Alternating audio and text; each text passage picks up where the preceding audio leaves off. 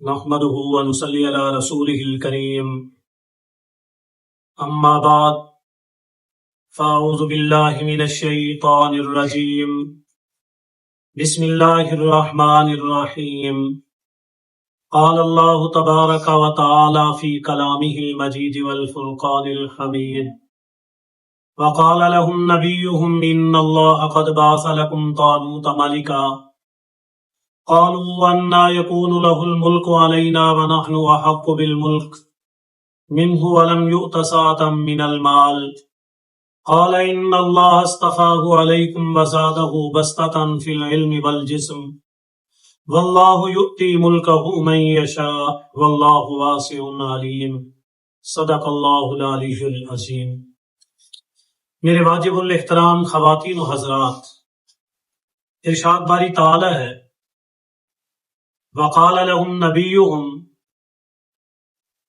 کہا ان لوگوں سے ان کے پیغمبر نبی نے، ان اللہ قد بعث لکم، بے شک اللہ تعالی نے بھیج دیا ہے تمہارے لیے، مبعوث کر دیا ہے تمہارے لیے، مقرر کر دیا گیا ہے تمہارے لیے طالوت ملکا، طالوت کو جرنیل، یعنی اللہ تعالی نے ان کے پیغمبر یعنی حضرت شمویل علیہ السلام کے ذریعے بنی اسرائیل کو یہ پیغام پہنچوایا۔ حضرت شمویل علیہ السلام نے جب یہ بات بنی اسرائیل سے کی کہ اللہ تعالی نے تمہارے لیے طالوت کو تمہارا جرنیل، سپہ سالار، بادشاہ، بڑا مقرر کر دیا ہے، قالوا انا یکون له الملک علینا، وہ بنی اسرائیل کے لوگ کہنے لگے یہ کیسے ہوں گے ہمارے اوپر بادشاہ، یہ کیسے ہوں گے ہمارے اوپر جرنیل، یہ کس طرح ہمارے بڑے بن جائیں گے، فنحن احق بالملک منہ، اس لیے کہ ہم زیادہ حقدار ہیں ان سے بادشاہت کے، جرنیل بننے کے زیادہ حقدار ہیں کہ یہ بادشاہت، یہ سپہ سالاری، یہ جرنیلی ہمیں دی جائے۔ وجہ اس کی یہ ہے، وہ لوگ کہنے لگے وَلَمْ يُؤْتَ سَعَةً مِّنَ الْمَالِ، ان کے پاس تو کوئی اتنی بڑا مال بھی نہیں ہے، انہیں کوئی اتنا زیادہ مال بھی نہیں دیا گیا، یہ کوئی مالی وسعت بھی نہیں رکھتے، تو کس حیثیت سے ان کو بڑا بنا دیا گیا؟ وجہ اس کی یہ تھی کہ حضرت طالوت رحمہم اللہ تعالی، جنہیں اللہ تعالی نے بنی اسرائیل کا سربراہ مقرر کیا، وہ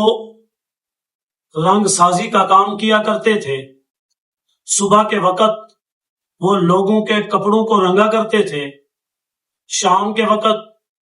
وہ مشکیزیں پانی کے بھر کے لوگوں کو پہنچایا کرتے تھے، یعنی وہ معاوضہ لے کر لوگوں کے گھروں میں پانی پہنچاتے،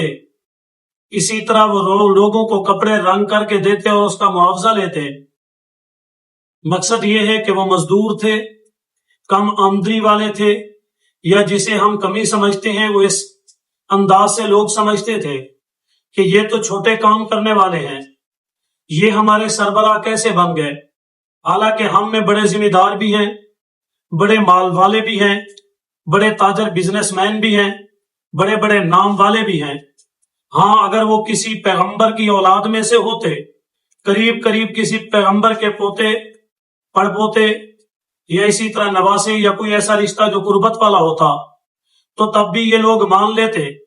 لیکن معاملہ ایسے بھی نہیں تھا۔ یا وہ کسی بادشاہ کے بیٹے، پوتے،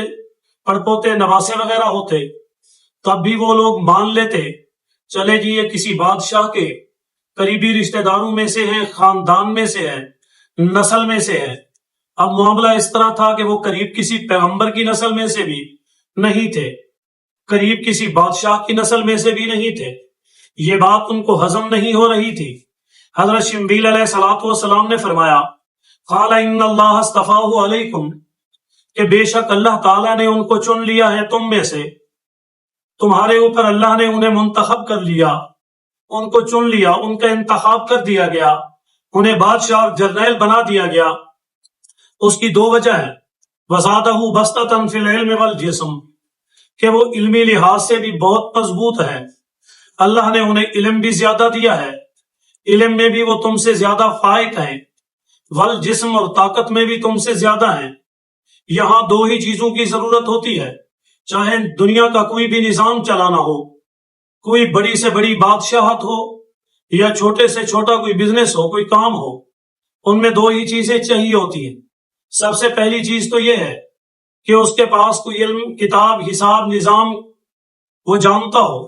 وہ حکمت سے واقف ہو۔ والجسم، اور اگر وہ کام مشقت والا ہے، اگر وہ کام کسی سے لڑائی اور جھگڑے والا ہے، جہاد قتال والا ہے، تو پھر جسمانی لحاظ سے بھی وہ مضبوط ہو۔ تو فرمایا یہ دونوں صفتیں حضرت طالوت کے اندر موجود ہیں، علم میں بھی فائق ہیں، جسم میں بھی طاقتور ہیں۔ واللہ یؤتی ملکہ من یشاء، اللہ وہ ذات ہے